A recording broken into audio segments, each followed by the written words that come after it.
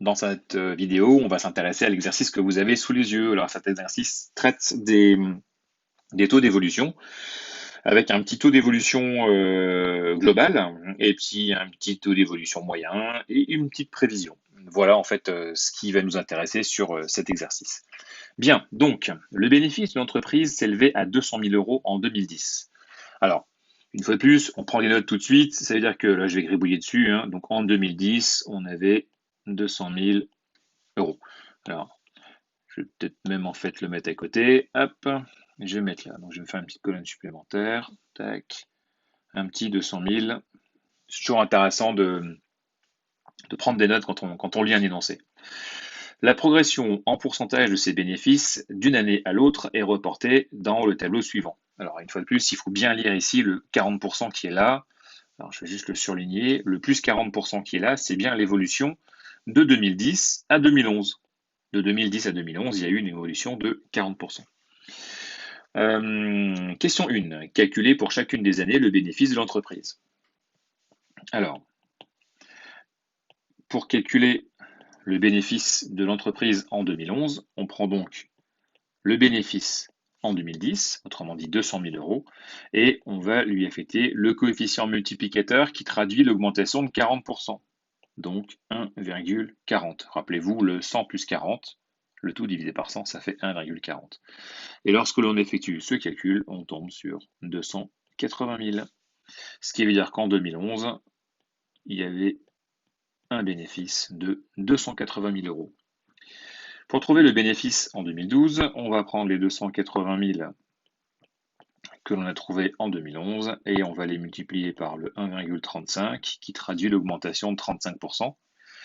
Et lorsqu'on effectue ça à la calculatrice, on obtient 378 000 euros, etc., etc. Donc là, je vais mettre 378 000. Pour le calcul suivant, c'est 378 000 multiplié par 1,32. Ça nous fait 498 960 et 498 960 multiplié par 1,30, donc l'augmentation de 30%, ça va être 648 648. Donc voilà la réponse à la question 1A. Question 1B. La lecture du tableau permet-elle de dire que les bénéfices diminuent chaque année? Alors, clairement pas. Quand on voit l'augmentation des bénéfices de 200 000 à 648 000, j'aimerais bien voir mon compte en banque augmenter de la même façon. On voit bien que les bénéfices ne sont de loin pas en train de diminuer. L'erreur qui est faite, enfin qu'on induit par rapport à cette question, c'est de travailler en fait sur là tous les taux d'évolution. Alors oui, les taux d'évolution diminuent. On passe effectivement d'une augmentation de 40% à une augmentation de 35, 32, 30. Donc oui, visuellement, il y a bien une diminution, mais ça reste dans le positif. C'est-à-dire que le chiffre d'affaires de cette entreprise continue à augmenter. Il augmente un peu moins vite, d'année en année, certes, mais il continue à augmenter. Si on avait une vraie diminution, on aurait tout simplement une baisse d'un certain pourcentage, j'aurais marqué moins, je ne sais pas, 23% par exemple. Donc ici, les bénéfices ne diminuent pas, ils continuent bien d'augmenter, un peu moins vite. Donc, alors, ça. Donc la question B, je l'ai expliqué, hein, je mets juste non pour avoir une trace. Question 2. Calculer le taux d'évolution du bénéfice de 2010 à 2014. Alors ici, on part de 2010 à 2014. C'est-à-dire que, comme d'habitude, en 2010, j'avais mon chiffre d'affaires qui était de 200 000. Je multiplie par mon coefficient et ça me donne mon chiffre d'affaires en 2014, 648 648. Je prends toujours la même formule, départ fois coefficient égale arrivée. Et en général, tout se passe bien, puisque ici, on me demande de trouver le taux d'évolution de 2010 à 2014. Donc, je vais donc d'abord commencer par déterminer mon coefficient.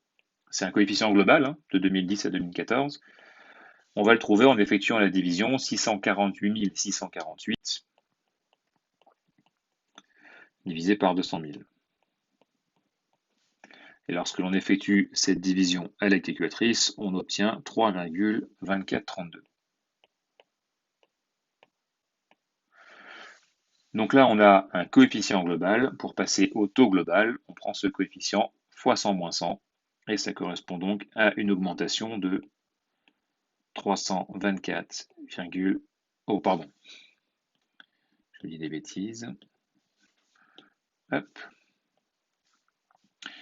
224,32%. Ok, fois 100, moins 100. Bien, donc ça répond à la question 2A. La question 2B, alors je vais la faire ici, ça on garde l'énoncé sous les yeux.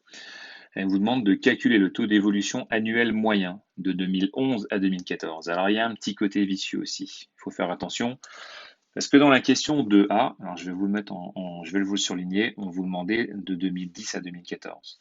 Alors que dans la question 2B, on vous demande le taux d'évolution annuel moyen de 2011 à 2014. On ne part pas du même point. Alors je vais juste faire une petite séparation ici. Hop, voilà. Alors, donc on veut le taux d'évolution moyen de 2011 à 2014. Comme d'habitude, je vais passer donc par mon coefficient global et ensuite je vais récupérer mon coefficient moyen. Alors, en 2011, on était à 280 000. Donc là, fois mon coefficient global, ça me donne mon 648 648. C'est un coef global parce qu'on a plusieurs évolutions qui sont cachées là-dedans. Alors ça, c'est une façon de faire. Je vais en traiter une autre juste après. D'ailleurs, j'aurais pu faire le parallèle sur la question 2A. Vous allez voir comment ça va se goupiller. Alors, mon coefficient, ça va donc être 648 648 divisé par 280 000. Et lorsque j'effectue ce petit calcul, je tombe sur 2,3166. Ça, c'est mon coefficient global de 2011 à 2014. Je veux maintenant m'intéresser à mon coefficient annuel moyen. Ici, si vous regardez, je reviens sur mon tableau, de 2011 à 2014, j'ai eu une évolution, 2 évolutions, 3 évolutions. Ça va avoir pour impact la chose suivante. Pour trouver mon coefficient moyen, je vais affecter mon coefficient global une puissance 1 sur, et le sur, c'est précisément le nombre d'évolutions qu'il y a eu, donc 3. Et lorsque j'effectue ce calcul à la calculatrice, on tombe sur 1,3232, soit une augmentation de 32,32%. Donc ça, c'est une façon de faire. Je le disais juste avant, on va s'intéresser maintenant à la 2A et à la 2B d'une autre façon. Alors je vais changer de couleur. On va prendre du bleu clair. Donc tout à l'heure, à la question 2A, on vous demandait de trouver l'évolution de 2010 à 2014. Il y a quelque chose de très pratique aussi. De 2010 à 2014, on connaît les évolutions. Donc on connaît les coefficients qui traduisent ces évolutions. Donc 1,40 fois 1,35 fois 1,32 fois 1,30. Et lorsque j'effectue ça à la calculatrice, devinez qui est-ce qu'on retrouve? 3,2432. Donc en fait, c'est simplement le départ du raisonnement qui change. Bien évidemment, la réponse finale est tout à fait la même. Si je refais exactement la même remarque sur la question 2B, pour trouver mon coefficient ici, qui sépare mon 280 000 de mon 648 648, je vais simplement m'intéresser, regardez le tableau en haut, à ces 3 évolutions-là. Donc je vais donc faire 1,35 fois 1,32 fois 1,30. Et d'après vous, vous allez retrouver qui? Vous allez retrouver le 2,3166. Donc dans les deux cas, bien évidemment, je le répète, le résultat final est le même, simplement le raisonnement mis en œuvre peut différer un petit peu, mais ça ne change absolument rien sur le résultat final. Très bien, il nous reste à traiter la question 2C, donc la question 2C, on va la faire ici. En utilisant ce taux, donc là on parle du 32,32% que l'on a trouvé à la 2B. déterminer le bénéfice de l'entreprise en 2015. Ce qui veut dire qu'on vous demande de faire une prévision. Autrement dit, si la tendance se poursuit, quelle est la prévision pour 2015? Alors, on va s'intéresser à notre bénéfice de 2014. On va lui appliquer le coefficient multiplicateur qui traduit l'augmentation de 32,32%. Et lorsque l'on effectue ce calcul, on obtient 858 291 euros. C'est tout ce que je vous souhaite quand vous aurez votre entreprise, d'avoir un chiffre d'affaires. Allez, on va être encore plus positif, un bénéfice comme c'est indiqué dans l'énoncé, ce qui est quand même beaucoup plus sympa, de 858 291 euros. Voilà ce qui achève la correction de cet exercice.